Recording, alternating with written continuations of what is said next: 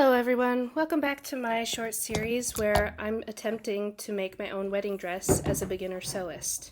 This episode is basically all about bias tape and buttonholes. Bias tape is this strip of fabric that you essentially fold over unfinished edges. The actual process of making the bias tape with this little tool takes forever, and then sewing it on takes even longer.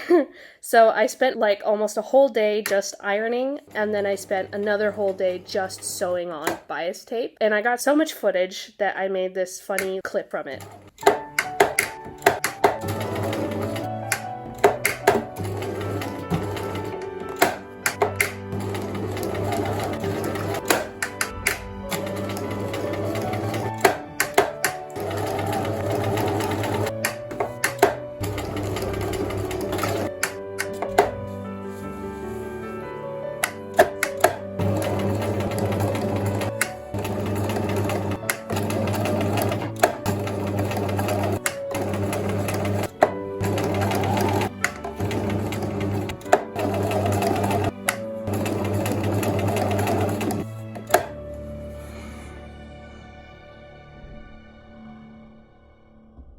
So what I'm actually currently trying to do is I'm making a mock-up of the underdress, which should look like this at the end.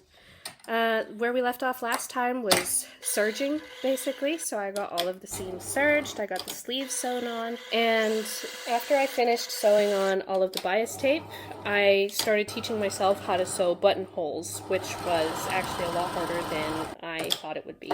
So essentially the reason I'm learning how to do this is I don't want to use the elastic that the pattern calls for. I don't like how elastic dies. I might change my mind later. I want to make my own cord that goes around my shoulders that isn't elastic, and it needs somewhere it can come out of the channel that I'm going to sew for it. I wanted to make that look really nice, so here's my attempts at learning how to sew buttonholes.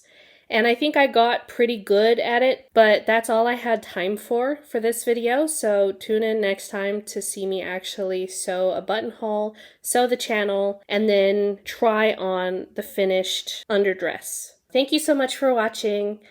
Bye.